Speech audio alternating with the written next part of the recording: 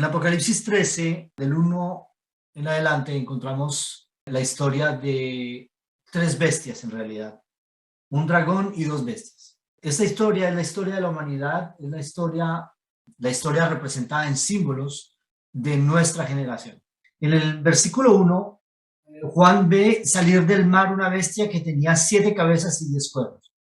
Esta bestia sale del mar y nosotros habíamos explicado en los temas anteriores que el hecho de salir del mar significa que viene de un lugar poblado, es decir, del antiguo mundo. Tiene 7 cabezas y 10 cuernos, y en sus cuernos 10 diademas y sobre sus cabezas un nombre blasfemo. Nosotros habíamos visto en los otros temas que son esas 7 cabezas, son 7 periodos de dominio, pero también son 7 formas de dominar o 7 mentalidades, 7 filosofías. ¿Sí?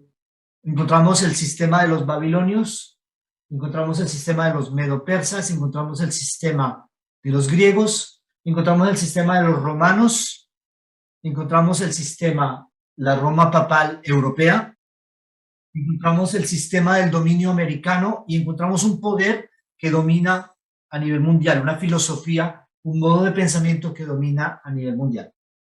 Estas son esas 7 cabezas y los 10 cuernos representan una unión de todas las naciones. El número 10 en la Biblia representa a todos. El versículo 2, y la bestia que vi era semejante a un leopardo y sus pies de oso y su boca como boca de león y el dragón le dio poder y su trono y grande autoridad. Entonces nosotros vemos que tiene características de las otras bestias que se citan también en Daniel capítulo 7. Versículo 3, vi una de sus cabezas como herida de muerte, pero su herida mortal fue sanada, y se maravilló toda la tierra en pos de la bestia. Ya hemos explicado en los temas anteriores de que el versículo 3 me habla de un momento en que uno de sus dominios pierde el control, y es un periodo de transición en el cual esta bestia no tiene el dominio geopolítico mundial, pero ese periodo de pausa es relativamente corto porque progresivamente empieza a recuperar el poder hasta que es restablecido su poder completamente. Versículo 4, y adoraron al dragón que había dado autoridad a la bestia, y adoraron a la bestia diciendo, ¿quién como la bestia y quién podrá luchar contra él? Cuando hablamos del tema del dragón, explicamos que el dragón tiene una doble simbología. El dragón de una parte representa a Satanás, la serpiente antigua que se llama Diablo y Satanás, según el Apocalipsis. Pero también dijimos que el dragón representa al Imperio Romano y la forma en que el Imperio Romano le dio poder a esta bestia en el año 538. Los versículos 5 al 10 nos siguen diciendo, también se le dio boca que hablara grandes cosas y blasfemias y se le dio autoridad para actuar 42 meses. Sobre este punto vimos también que las características de esta bestia es la blasfemia. Y explicamos que la blasfemia, según el principio bíblico, se entiende como, primero que todo, ofender a Dios o insultar a Dios, pero también tomar a Dios, usurpar el lugar de Dios o hacerse pasar por Dios. Y este poder blasfemo habría de dominar 42 meses. 42 meses son 1260 días si tomamos meses de 30 días según los meses lunares, que son los meses, la unidad de meses en la Biblia. Son 1260 días en los que esta bestia habría de dominar. Si tomamos un día por año son 1260 años, y esto nos lleva, como lo explicamos en los temas anteriores, del año 538 hasta el año 1798. El año 538, el César, el emperador romano, le cede todo el poder civil y religioso, todo el poder militar, todo el dominio al obispo de Roma. Y desde entonces esa bestia empieza a dominar y empiezan a correr los 1260 años de dominación o los 42 meses de dominación. Y esos 42 meses de dominación habría de hacer algunas cosas. Pero estos 42 meses se terminan en el año 1798, cuando las tropas del general Berthier llevan cautivo al Papa y este muere en cautividad, y desde entonces el papado pierde la dominación geopolítica y su jurisdicción se queda restringida solamente el área del Vaticano, que no funciona como Estado. Y cuando habla de que ese poder habría de sanar, hace eco a lo que sucede, empieza a suceder durante la Segunda Guerra Mundial mediante alianzas hechas entre el Papa y Mussolini, que era un aliado de Hitler. El Papa empieza a gobernar en el Vaticano como un estado independiente. Y a partir de ahí empieza a recuperar dominio geopolítico. Antes de eso tenía autoridad religiosa, pero no autoridad civil. Y a partir de ese momento adquiere la autoridad civil y empieza a reformarse la bestia.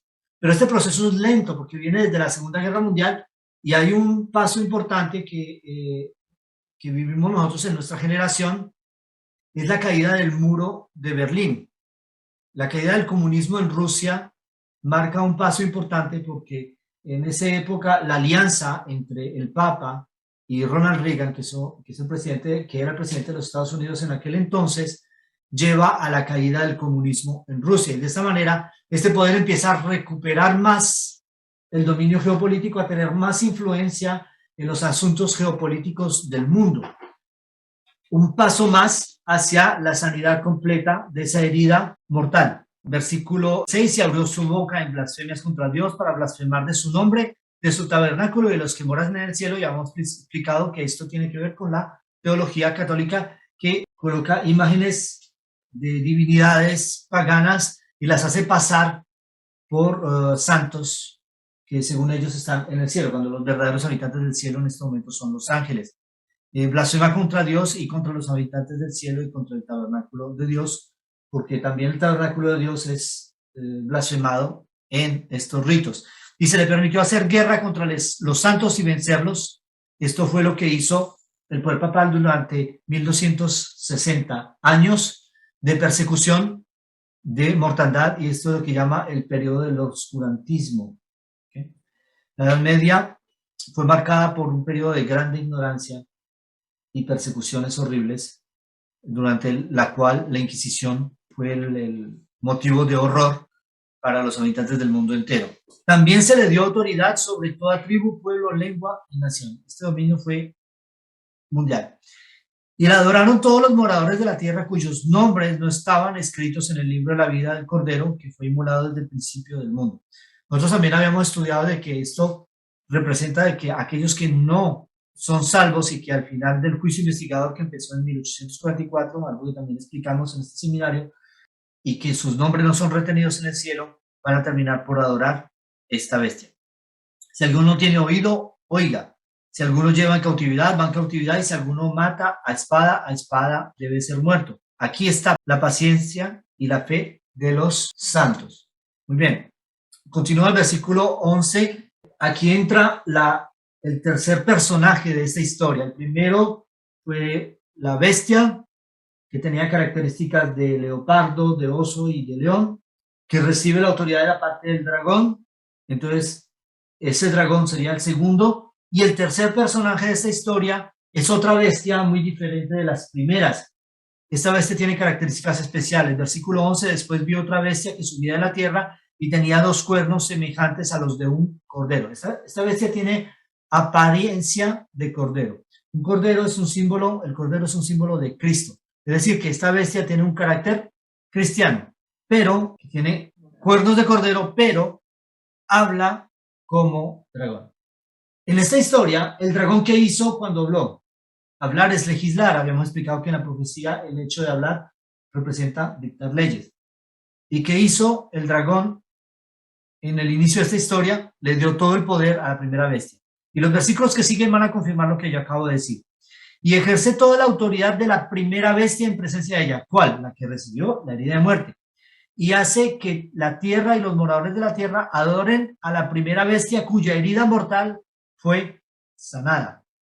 También hace grandes señales de tal manera que aún hace descender fuego del cielo a la tierra delante de los hombres y engaña a los moradores de la tierra con las señales que se le ha permitido hacer en presencia de la bestia, mandando a los moradores de la tierra que hagan imagen a la bestia que tiene la herida de espada y vivió.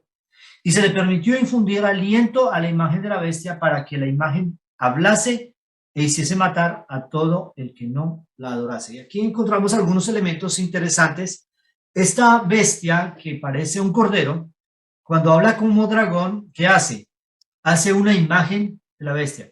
Y para entender la imagen de la bestia, tenemos que entender qué es la bestia. Nosotros habíamos hablado de la característica blasfema de esa bestia. Esa característica blasfemia es una característica clave para entender todo este pasaje. Porque la blasfemia, ¿qué es en esta bestia? Es el hecho de que sus gobernantes, sus dirigentes, se hacen pasar por Dios. ¿Qué poder en el mundo declara que sus gobernantes son los representantes de Dios en la tierra? Ningún otro poder excepto el papado. Entonces, claramente identificada esta bestia, nosotros vemos de que este poder se hace pasar por Dios, pero otra característica interesante de la bestia es de que esa blasfemia la lleva a unir el poder civil y religioso. ¿Qué sucedió en 538? El emperador de Roma le dio pleno poder al obispo de Roma para gobernar. En ese momento, el obispo de Roma acumula el poder civil y el poder religioso. En este momento se constituye la bestia. Para hacer una imagen de la bestia hay que hacer un sistema en el cual el poder religioso se ampara o domina al poder civil para imponer una obligación religiosa. ¿Entendemos? Y la imagen que hace este cordero es una imagen idéntica a la bestia, es decir, un sistema. Y cuando dice que habla como dragón, significa que la imagen de la bestia es una ley. Es una ley, pero más concretamente es una modificación de una ley. ¿Cuáles son los dos cuernos de esta bestia que es semejante a un cordero? Esos dos cuernos son dos poderes que dominan en esta bestia. Nosotros hemos identificado que este poder son los Estados Unidos, que sale de la tierra, de un lugar poco habitado, que tiene dos poderes y que tiene un carácter cristiano. Estados Unidos surgió como una nación cristiana. En 1796 se firmó la Constitución de los Estados Unidos y uno de los principios de la Constitución de los Estados Unidos es la separación de la Iglesia y el Estado. Este principio no es un principio civil, no es un principio filosófico, es un principio bíblico. La Biblia establece que tiene que haber una separación entre Iglesia y Estado. Mientras los dos cuernos sean dos cuernos separados uno del otro, que no estén unidos entre sí para formar uno solo, este poder es un cordero. Pero en el momento en que esos dos cuernos se unen uno con otro, este poder habla como dragón. Significa que la imagen de la bestia es una ley que habría de anular ese principio constitucional. Es decir, que la imagen de la bestia es una modificación de la Constitución de los Estados Unidos. Muchos gobernantes en Estados Unidos han querido modificar la Constitución americana. Ninguno estuvo tan cerca como Donald Trump. Por eso muchos pensaron que todo se iba a acabar con el gobierno de Donald Trump, pero todavía no es el tiempo. Otros gobernantes van a lograrlo de una manera más solapada que Donald Trump. Donald Trump fue demasiado directo y todos los defensores de la Constitución americana se unieron para hacerle frente. Donald Trump quería justamente quitar de la Constitución americana ese principio de separación iglesia y Estado. ¿Y por qué razón? Sencillamente porque la iglesia en Estados Unidos, las iglesias protestantes, eran ellos los que estaban financiando la campaña de Donald Trump y lo estaban apoyando para que él fuera presidente. Es decir, la iglesia se mezcla en política. Y como yo había explicado en el tema anterior, cuando la iglesia se mezcla en política, se empieza a constituir la base para una imagen de la bestia. Mientras no haya modificación de la Constitución en los Estados Unidos, no podemos decir que hay una imagen de la bestia. La base ya está, la filosofía ya está, el pensamiento ya está. Algunas leyes han sido avanzadas, pero todavía no se modifica la Constitución de los Estados Unidos. Mientras esto no se haga, no hay imagen de la bestia. Esta bestia se les dio infundir aliento a la imagen de la bestia. Nosotros hemos explicado de que sí, la imagen de la bestia es una modificación de la Constitución de los Estados Unidos. El hecho de infundirle aliento significa que esta modificación va a obtener decretos de aplicación permitiendo violar los derechos civiles de las minorías en Estados Unidos. Y esto se va a dar mediante los poderes que le fueron dados para hacer señales engañosas. Y nosotros habíamos explicado que estos poderes es la fuerza del espiritismo, que es una de las grandes religiones hoy en día en Estados Unidos. El espiritismo es una de las religiones más practicadas en Estados Unidos. Ahora, hablemos de el asunto de separación iglesia-estado. ¿Qué es este asunto de separación de la iglesia y el estado? La separación de la iglesia y el estado es un principio bíblico. El texto de Segunda de Crónicas 26, 14 al 20 nos dice así: y Usías preparó para todo el ejército escudo, lanzas, yelmos, colcetes, arcos y ondas para tirar piedras. E hizo en Jerusalén máquinas inventadas por ingenieros para que estuviesen en las torres y en los baluartes para arrojar saetas y grandes piedras. Y su fama se extendió lejos porque fue ayudado maravillosamente hasta hacerse poderoso. Hasta aquí vemos el relato de un rey que tiene éxito. Es un rey que es apoyado por Dios. Dios le da el éxito en todas sus campañas. Pero el versículo 16 me habla de un cambio radical en su conducta. Mas cuando ya era fuerte, su corazón se enalteció para su ruina, porque se rebeló contra Jehová su Dios, entrando en el templo de Jehová para quemar incienso en el altar del incienso. Y entró tras él el sacerdote Azarías y con él 80 sacerdotes de Jehová, varones valientes. Y mire lo que estos hombres hacen con el rey. Y se pusieron contra el rey Usías y le dijeron: no te corresponde a ti, oh Usías, el quemar incienso a Jehová, sino a los sacerdotes, hijos de Aarón, que son consagrados para quemarlo. Sal del santuario porque has prevaricado y no te será para gloria delante de Jehová, tu Dios. El rey podía tener mucho poder en el aspecto del ámbito civil y militar, pero no tenía ninguna autoridad en el templo. ¿Por qué? Porque Dios estableció desde el principio que había una separación entre la iglesia y el Estado. Versículo 19, entonces Usías, teniendo en la mano un incensario para ofrecer incienso, se llenó de ira y en su ira contra los sacerdotes, la lepra le brotó en la frente delante de los sacerdotes en la casa de Jehová junto al altar del incienso. Aquí Dios da su respuesta a la actitud de Usías. ¿Tenía él razón? Es que por el hecho de ser rey podía también reclamar la autoridad religiosa. ¿Qué respuesta le da Dios de una manera clara? No. ¿Y cómo responde Dios? Mediante la lepra inmediata. ¿Era una manifestación del poder de Dios? Claramente sí. A nadie le da lepra en un instante. Nadie se llena de lepra en un instante, si no es por el poder de Dios. La lepra es una enfermedad que tiene un desarrollo muy lento. Él no era leproso, en el momento en que se rebela contra Dios, se hace leproso. Entonces Dios utiliza la lepra como una respuesta para Usías, diciéndole: no autorizo que el poder civil tome el poder religioso. Y le miró el sumo sacerdote Azarías y todos los sacerdotes, y aquí la lepra estaba en su frente, y le hicieron salir apresuradamente de aquel lugar, y él también se dio prisa a salir porque Jehová lo había herido. Entonces, nosotros vemos de que Dios no autoriza que el poder civil tome la autoridad religiosa. Hubo otro rey en la historia del pueblo de Israel que hizo algo similar. Un rey que ofreció sacrificios en lugar del sacerdote. Fue el rey Saúl. Y al rey Saúl esto le costó su salvación. Un pecado grande que le fue contado al rey Saúl. Pero miren lo que dice Daniel 8, 11 al 14. Hablando de un poder, un cuerno pequeño que hace muchas cosas. Aún se engrandeció contra el príncipe de los ejércitos y por él fue quitado el continuo, y coloco sacrificio en itálica, y el lugar de su santuario fue echado por tierra. Y a causa de la prevaricación le fue entregado el ejército junto con el continuo, y echó por tierra la verdad e hizo cuanto quiso y prosperó.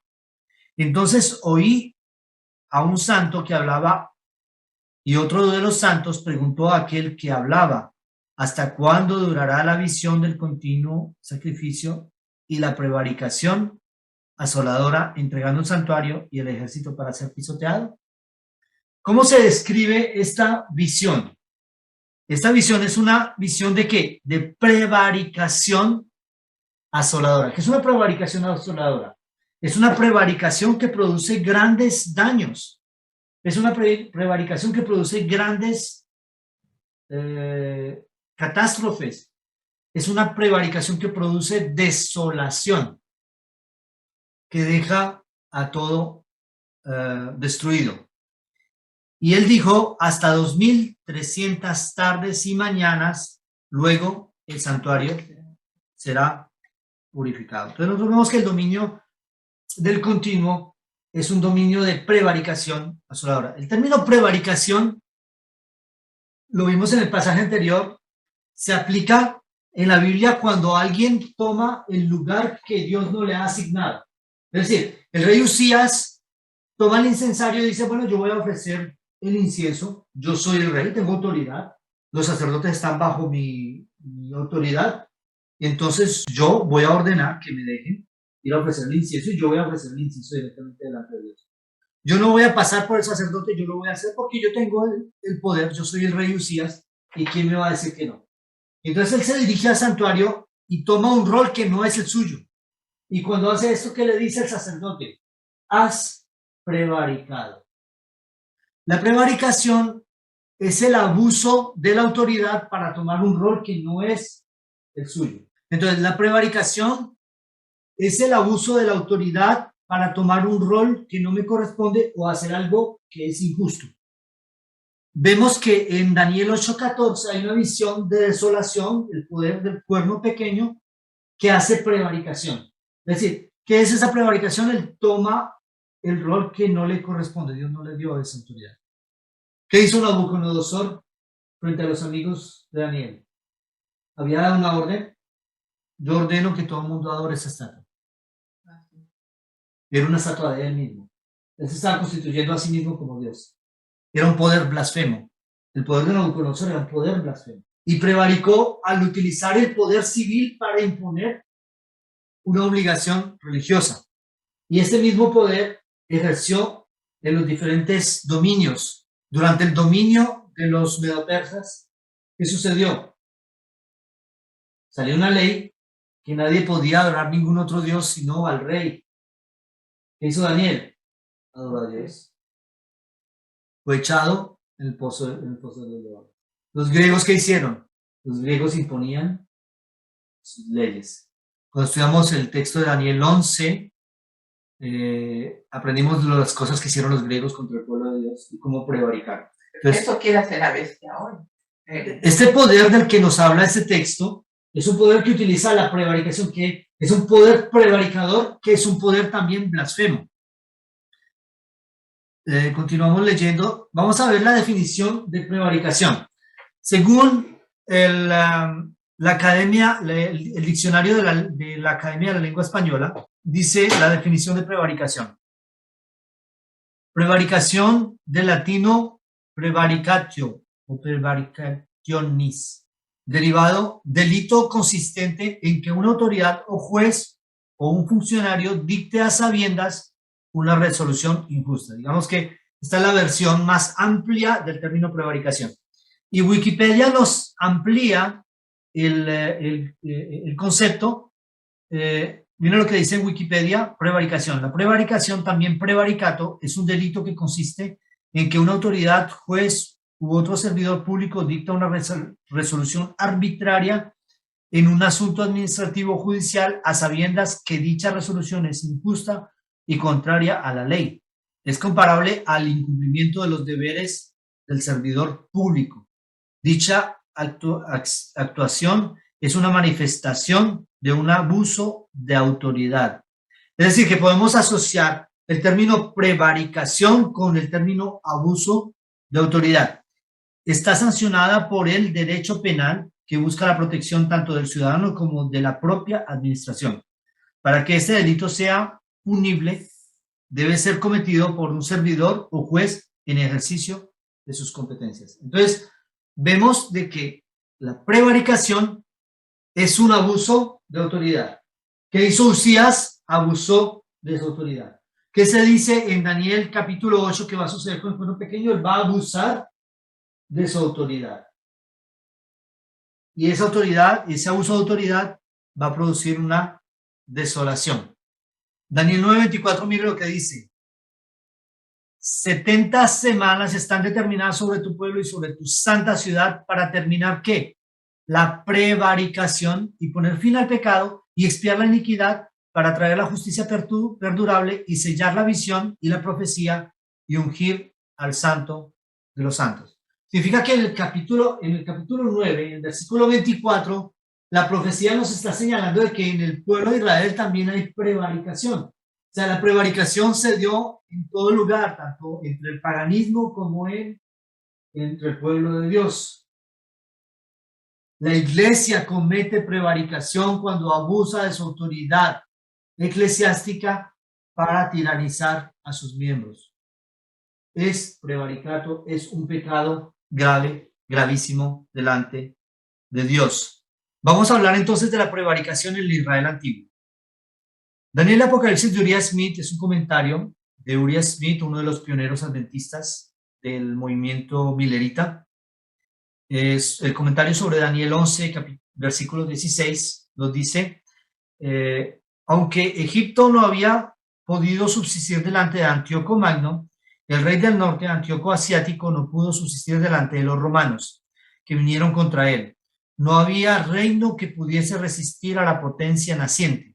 Siria fue conquistada y añadida al imperio romano cuando Pompeyo, en el año 65 antes de Jesucristo, privó a Antíoco Asiático de sus posesiones y redujo a Siria a la condición de provincia romana. La misma potencia se había de destacar también en la Tierra Santa y consumirla. Los romanos se relacionaron con el pueblo de Dios, los judíos, por la alianza en el año 161 antes de Jesucristo. Hay que ver que esta alianza es una alianza del pueblo de Dios con una nación pagana. ¿Había Dios autorizado esto? No. Es una forma de prevaricato también. Dice, ellos, el pueblo judío pidió ayuda a los romanos porque los griegos, ellos tenían griegos al norte y griegos al sur. Al sur estaban el imperio ptolomeico, los faraones ptolomeicos, eran descendientes de los griegos, ¿sí? Y el norte estaban los asirios, que estaban dominados por también griegos de otra dinastía. ¿Okay? El problema era que Israel, la Tierra Santa, era el terreno de batalla privilegiado de estas dos potencias que se luchaban el poder y la dominación mundial. Y cada vez que había una incursión en Israel, ellos profanaban el templo, destruían los cultivos, era una catástrofe total. Era un problema permanente. Y el pueblo de Israel, en lugar de refugiarse en Dios y esperar en la potencia de Dios, que lo sacó con gran poder de Egipto, ellos más bien buscaron la ayuda de los romanos. Hicieron un pacto en el año 161 antes de Jesucristo. Ellos hicieron un pacto y en el año 65, realmente en el año 63, perdieron el dominio de Judea a causa de esta alianza. Dice, desde entonces Roma ocupó un lugar inminente en el calendario profético, pero no adquirió, sin embargo, jurisdicción sobre Judea para conquistarla por conquista efectiva hasta el año 63 antes de Cristo. Entonces nosotros vemos de que Roma termina por dominar a causa de esta unión, pero ya van a ver por qué se está hablando de este texto. Aquí explica cómo se dio. Al regresar Pompeyo de su expedición contra Mitríades Eupator, rey del Ponto, dos competidores, hijos del sumo pontífice de los judíos en Palestina, Hircano y Aristóbulo, se hallaban luchando por la corona de Judea. Su causa fue presentada a Pompeyo, quien no tardó en percibir la injusticia de las pretensiones de Aristóbulo, pero deseó diferir la decisión del asunto hasta después de realizar la expedición que desde hacía mucho quería conducir al interior de Arabia. ¿Qué notan ustedes de extraño en este pasaje? Está Pompeyo Magno, vence a Mitríades, va hacia Arabia, pasa por Palestina y encuentra en Jerusalén un conflicto. Este conflicto, dos hijos, ¿de quién? Los sacerdotes. Del sumo sacerdote. Dos hijos del sumo sacerdote están luchando para obtener ¿qué? ¿El poder qué? ¿Religioso o civil? ¿El poder religioso? No. Civil. El poder civil. No sé si se dan cuenta. Era a los sacerdotes de ocupar el poder civil. ¿El poder civil? Claro. Leamos de nuevo. Dice, dos competidores hijos. ¿Eran hijos de qué? Sumo pontífice. El sumo pontífice es el sumo sacerdote de los judíos en Palestina. ¿Quiénes eran? Hircano y Aristóbulo. Se hallaban luchando ¿por qué? La corona judea. La corona de Judea. Es decir, que había una lucha del poder religioso para obtener el poder civil. ¿Cómo se llama esto en términos bíblicos? Unión iglesia-estado es una prevaricación, es lo que estamos estudiando. El término bíblico es prevaricación. Continúo leyendo, su causa fue presentada a Pompeyo, quien no tardó en percibir la injusticia de las pretensiones de Aristóbulo, pero deseó diferir la decisión del asunto hasta después de realizar la expedición que desde hacía mucho quería conducir al interior de Arabia. ¿Qué sucede? Prometió entonces volver y arreglar los asuntos de la manera más justa y propia. Ahora, la pregunta es, ¿por qué Pompeyo Magno tenía autoridad para resolver asuntos entre el pueblo judío? ¿Quién le dio esa autoridad? Es que ellos, como hicieron la liga. Exactamente, la Liga Judía, el año 161 antes de Cristo, ellos habían dado. ¿Qué dice la Liga Judía? La Liga Judía, ese es un acuerdo, es un contrato de protección. En ese contrato de protección dice algunas cosas. Entre esas dice que si los romanos son atacados, los judíos vendrán a ayudar a los romanos en la lucha, sea con hombres, con armas, con bienes, con lo que sea necesario, todo lo que se necesite. Y si los judíos son atacados, los romanos vendrán a ayudar a los judíos con todo lo que necesitan. Entonces, el pueblo de Israel había beneficiado de esa protección durante mucho tiempo. Pero ese contrato también dice que tanto el pueblo romano como el pueblo judío se van a proteger también de los peligros internos y externos. Los peligros internos son el peligro de una dictadura o de un golpe de Estado. Entonces, cuando Pompeyo Magno pasa por Judea, encuentra esa situación. Ese documento le da autoridad civil a él para juzgar quién tiene que tener el poder. Si bien su juicio no iba a ser justo, porque ni el uno ni el otro tenían derecho. Los dos estaban cometiendo prevaricación, no era a ellos de ocupar ese rol, son los descendientes de David de ocupar ese rol. Entonces, por eso el pueblo de Israel queda bajo la jurisdicción de Roma para esta decisión. Y lo que continúa diciendo el texto, prometió entonces volver y arreglar los asuntos de la manera más justa y apropiada. Aristóbulo, penetrando los verdaderos sentimientos de Pompeyo, se apresuró a regresar a Judea, armó a sus súbditos y se preparó para defenderse vigorosamente, resuelto a conservar a toda costa la corona que, según preveía, iba a ser adjudicada a otro. Después de su campaña de Arabia contra el rey Aretas, Pompeyo supo de aquellos preparativos bélicos y marchó contra Judea. Cuando se acercó a Jerusalén, Aristóbulo empezó a arrepentirse de su conducta, salió al encuentro de Pompeyo y procuró arreglar los asuntos mediante la promesa de someterse por completo y dar grandes sumas de dinero. Aceptó Pompeyo este ofrecimiento y envió a Gabino con sus destacamentos de soldados para recibir el dinero.